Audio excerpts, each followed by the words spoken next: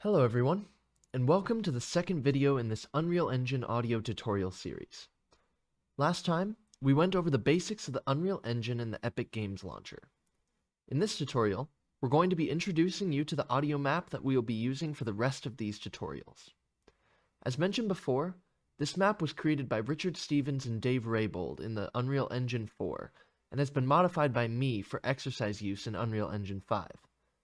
So this here is the Unreal Engine audio map.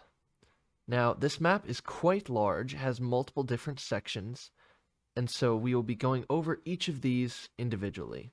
The cool thing about this map is that it includes lots of different shortcuts. One of those is the numbers at the top of your keyboard correspond to different locations throughout the level. So if we are to press 0, that gives you an overview of the entire map.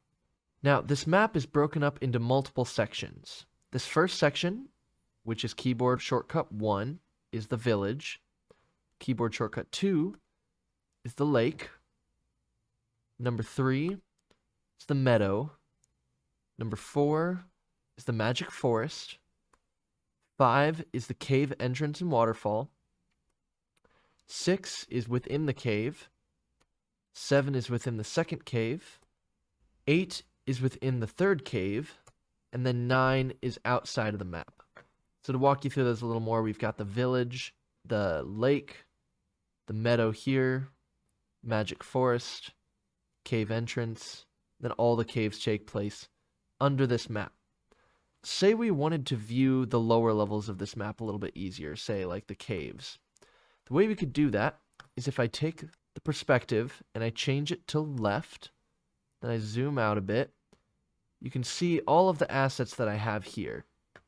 Now, if I want to just focus on this, a cool trick is if I take and click right here and highlight everything above the caves and let go, have all those things selected, I'm just going to press H. And what that'll do is that is going to hide all of those aspects. So if I go back to perspective and zoom up, you can see that only our cave is left. Now it's pretty straightforward to bring those items back. All you have to do is just press Ctrl H once more. And there you are. Now within all these different areas, there are lots of different things you can do. There are different interactable items, like say right here. You can just walk up and either press R, left or right click, or E in this case. It just has different things that you can interact with. Shift is also run. That's a pretty nice thing to have. But my recommendation would be when you're looking through this map, just kind of try seeing what things do. See if I press E, it spawns pumpkins. And we'll be working with all of these different things throughout the level as we go through this tutorial series. I also included a shortcut sheet in the description, which will talk you through a bunch of the different movement controls as well as where you can do different items and interact with different things. One thing you'll commonly see is if we're in an area like this, if you left click, well, for this case, if you press E first and then left click, you can summon magic, and you hold it down till it reaches this full state, then that will fire off some sort of magic. Now, as far as the content goes, if we go down here, as you can see, there is a lot more content than there was in just the basic project. If we're looking through here, there are lots of different folders, lots of things going on, but obviously that makes sense. This is quite a large level with lots of different assets and things making up what goes into this level. The things we are primarily going to be sticking to is within this audio folder. So if we double click here, this will take us to our main content browser. And since there is still a lot here, I would very much recommend going through and checking out what are in these folders.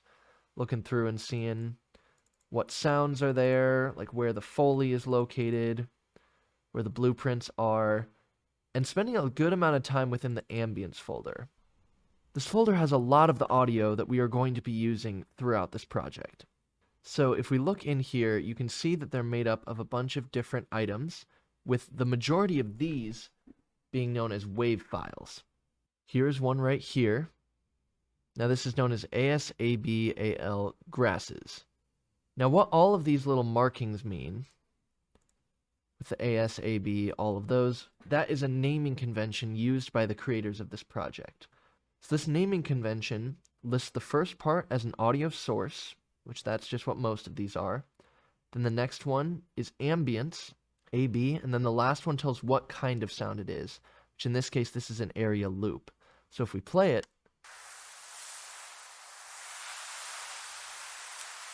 you'll hear the sounds. This works for sound cues as well, which we'll be going over a little more later. But if you just press any of those, it will play your sound, and it won't stop until you stop it, as long as it's set to looping. Now with this open, let's go in here and talk a little bit about what all is included with a WAV file. Up here we've got the format, which this mainly is used if you're using any ambisonic audio. This has some algorithms within it to decode that, but we won't be working with that in this tutorial. There's the quality and compression, which will help you if you're ever running low on CPU or different settings such as that, but for this we won't be using that. Then we get to the sound area. This group allows you to set a group for your specific sounds, but for this we don't really need to be doing much with that. And then if you'll see here, there's a looping option. If we play this here, it actually has a fixed length, even though it is created to be looping. So at some point this would end up stopping. But if we wanted it to loop indefinitely, we go in here and we click true, which would then allow this to just keep playing indefinitely. Then under here we have the volume and pitch modulation, which if I just play this, makes it louder. You can also type within here, and this changes the pitch. We've got its class, which we'll be going over a little bit more in another tutorial.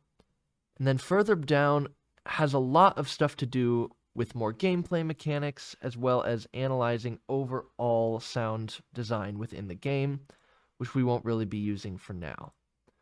So we can ignore most of these. It does show you the file path for where this is located within your actual system. And then down here, the one important thing is going to be the virtualization mode.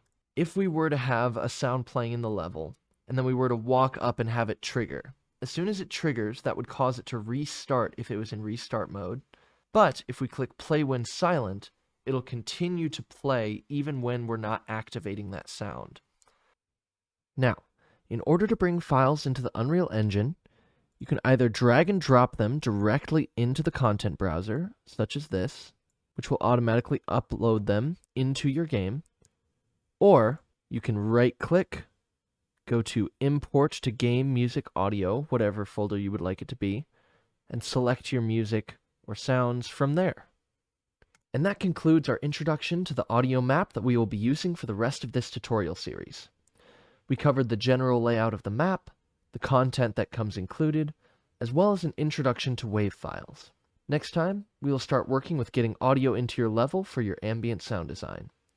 And with that, I will see you in the next tutorial.